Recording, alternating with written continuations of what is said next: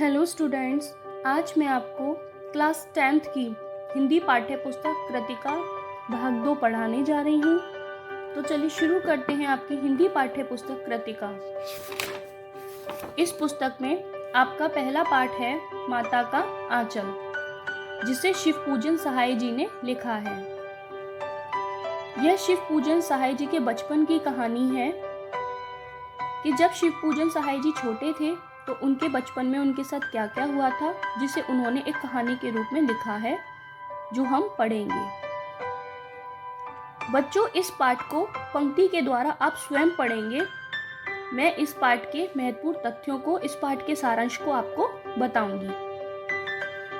शिव पूजन सहाय जी के बचपन का नाम तारकेश्वर नाथ था और उन्हें घर पे भोलानाथ कहकर पुकारते थे। माता का आंचल नामक पाठ के माध्यम से शिव पूजन सहाय जी माता पिता के स्नेह और अपने बचपन की यादों को याद करते हैं। तो चलिए शुरू करते हैं पाठ 1, माता का आंचल। लेखक बताते हैं इस पाठ में कि उनके पिताजी के साथ बहुत अच्छा रिश्ता था। वो शुरू से ही अपने पिताजी के साथ जुड़े हुए थे। उनके पिताजी ही उन्हें सुलाते थे, सुबह उठाते थे, नहलाते थे, पूजा पाठ कराते थे और उनके मस्तक पर एक चौड़ा तिलक भी लगाते थे।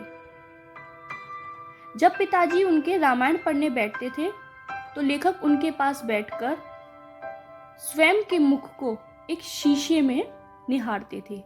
ऐसी क्रियाओं को देखकर हमारे पिताजी बहुत प्रसन्न हुआ करते थे और हम उन्हें देखकर शर्मा जाते थे। पूजा पाठ करने के बाद आगे लेखक बताते हैं कि पूजा पाठ करने के बाद हम उनके कंधों पर बैठकर गंगा नदी में मछलियों को आटे की गोलियों का दाना खिलाने जाते थे।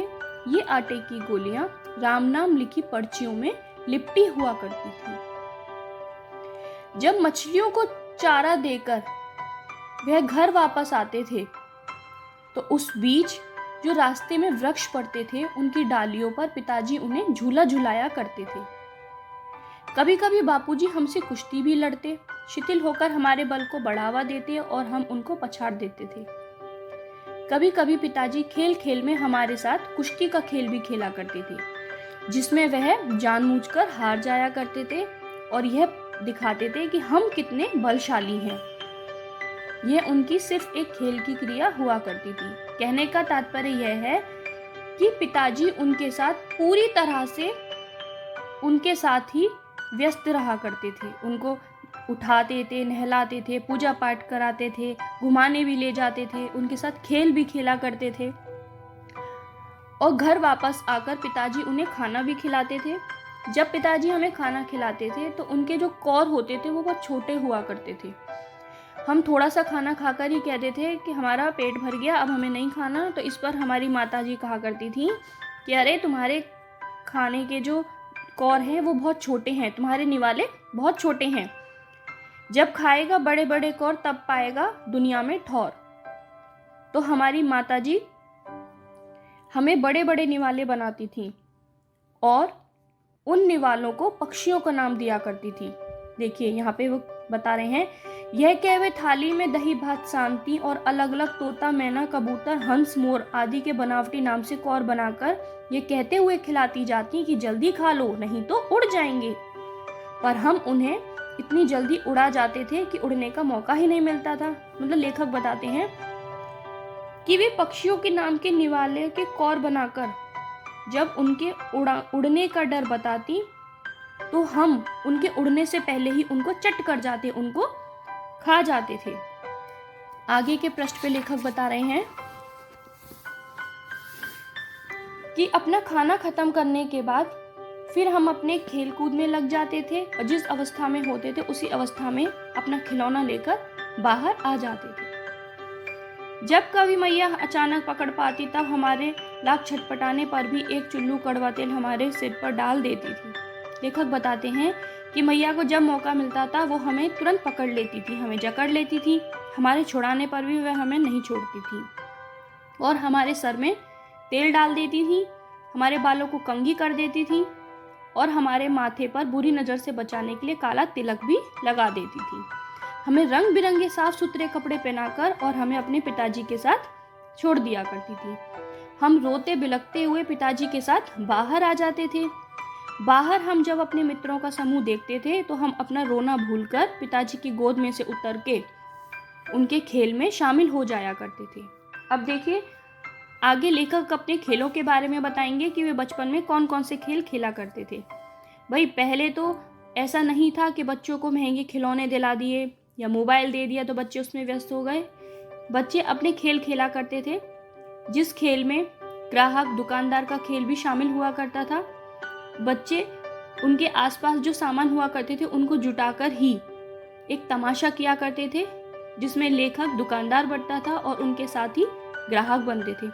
उन साथियों में उनके पिताजी भी शामिल हो जाया करते थे और नकली पैसे बनाकर सामान खरीदने आते थे। उसके बाद दूसरे खेल में लेखक एक भोज, एक दावत करते थे, जिस दावत में उनके पिताजी भी पंक्ति में आकर बैठ जाया करते थे। और जब पंक्ति खत्म हो जाया करती थी और हमसे कहते थे कि भोलानाथ हमें भोजन कब मिलेगा, और हम हंसते हंसते लोटपोट हो जाते थे और उस खेल को बंद करके भाग जाते थे। कभी कभी लेखक बारात का भी खेल खेला करते थे। जैसे बारात निकलती है, इसी तरह से लेखक अपने साथियों के साथ बारात भी निकाला करते थे, जिसमें वह कोई भी चीज़ें, जैसे घर में कनस्तर हुआ, उसको बजाकर बारात निकालते थे। जो घर में चूहेदानी होती थी उसे दूल्हे की पालकी बना दिया करते थे। इस खेल में बाबूजी भी उनके साथ मिल जाया करते थे और बच्चों जैसी शैतानियाँ करा करते थे। पालकी पे जो दुल्हन बैठी होती थी उसका कपड़ा हटाकर दुल्हन का मुख देखने की कोशिश किया करते थे और हम उन्हें ऐसा करते देखकर बहुत हंसते थे। थोड़ी देर के बाद फिर हम लड़कों के साथ मिलकर दोबारा से दूसरे खेलों में लग जाया करते थे, जिसमें हम खेती का खेल खेलते थे। खेती के में जो भी कार्य होते हैं वे सही कार्य हम खेल के रूप में किया करते थे। खेती के खेल में फसल आने पर पिताजी हमसे पूछा करते थे, भोलानाथ खेती कैसी रही, और हम उनके बातों को खेल समझकर हंस जाया करते थे। देखिए, इन सब खेलों में लेखक ने मित्रों के साथ आसपास की छोटी छोटी चीज़ों को जुटाकर बहुत रुचि से खेल खेला है, जिसे देख के सब लोग बहुत प्रसन्न हुआ करते थे। जैसे दिए हैं, दिए के तराजू बना लिए, जिसमें वो दुकानदार जब बनते हैं तो उसमें अपनी चीज़ों को तोलते हैं। मतलब कहने का मतलब ये है कि लेखक कई नाटक किया करते थे। अगर आंधी आ जाया करती थी, आकाश में काले बादल हुआ करते थे, तब भी वे अपने दोस्तों के साथ खूब मजे किया करते थे। तिवारी जी के नाम से जान पहचान वाला एक बूढ़ा आदमी उन्हें मिल जाता था। वह व्यक्ति बहुत सीधा होता था, तो बच्चे उनका मजाक उड़ाया करते थे। क्या कहा करते थे? बुढ़वा बेईमान मांगे करेले का चोखा। यह सुनकर तिवारी जी बहुत चिढ़ जाया करते थे। तो उनका जो मित्र था बैजू, वो तो यह सुनकर भाग गया और लेखक तिवारी जी के साथ पाठशाला में आना पड़ा। और पाठशाला में आकर लेखक की तिवारी जी ने खूब पिटाई की। यह खबर जब बापूजी को मिलती है तो बापूजी वह दौड़े हुए पाठशाला में आए। वह दौड़कर पाठशाला में आते हैं और तिवारी जी से बचाकर उन्हें घर ले जाते हैं। जब हम रोते बिलखते हुए अपने पिताजी की गोद में घर जा रहे होते हैं तो फिर हम रास्ते में देखते हैं कि उनके मित्र उनके साथ खेल रहे हैं और जोर जोर से गा रहे हैं, माई पकाई गरगर पुआ, हम खाई खूब पुआ, ना खेलब जुआ। ऐसा सुनकर हम रोना धोना भूल जाते हैं और अपने पिताजी की गोद में से उतरकर फिर से अपने झुंड में, अपने समूह में मिल जाते हैं और अपने दोस्तों के साथ चिड़िया पकड़ने लगते हैं। जब चिड़िया उनके हाथ में नहीं आती है तो वो खेत में अलग से खड़े होकर गाना गाते हैं, राम जी की चिड़ई, राम जी का खेत, खा लो चिड़ई भर भर पेट। ऐसा देखकर बाबूजी दूर खड़े होकर तमाशा देख रहे होते हैं और हंसते भी हैं। उसके बाद हम एक टीले पर जाके, जहाँ पे चूहों का बिल था, उस बिल में पानी डालने लगते हैं। कि अगर हम पानी डालेंगे तो चूहे बाहर आएंगे और हम उनको पकड़ लेंगे, लेकिन वहाँ ऐसा नहीं होता है। चूहा तो उस बिल से नहीं निकलता है, उसमें से क्या निकलता है, एक बहुत बड़ा सांप निकलता है, जिसे देखकर हम डर जाते हैं और भागकर अपने घर भागते हैं। घर भागकर माँ पिताजी भी बैठे होते हैं, लेकिन हम अपने पिताजी के पास ना जाकर सीधे अपनी माँ के पास चले जाते हैं और उनकी गोद में जाकर छिप जाते हैं, उनके माँ के आंचल में जाकर छिप जाते हैं। माँ घबराते हुए अपने आंचल से हमारी मिट्टी को साफ करती है, हमारे भागते हुए हमारे पैरों में जो जख्म हुए थे उन पे हल्दी का तेल लगाती है। इसके बाद देखिए, कवि बता रहे हैं, लेखक बता रहे हैं कि किस तरह से उन्होंने अपनी पूरी दिनचर्या अपने पिताजी के साथ व्यतीत की, लेकिन जब उन पर संकट आया, उन्हें कोई भी परेशानी हुई, तो उनको शरण कहाँ मिली, माता के आंचल में। तो कहने का तात्पर्य यह है कि इस दुनिया में हम कहीं भी चले जाएं, हमें कोई भी परेशानी हो, अंत में हमें याद अपने माता के आंचल की ही आती है।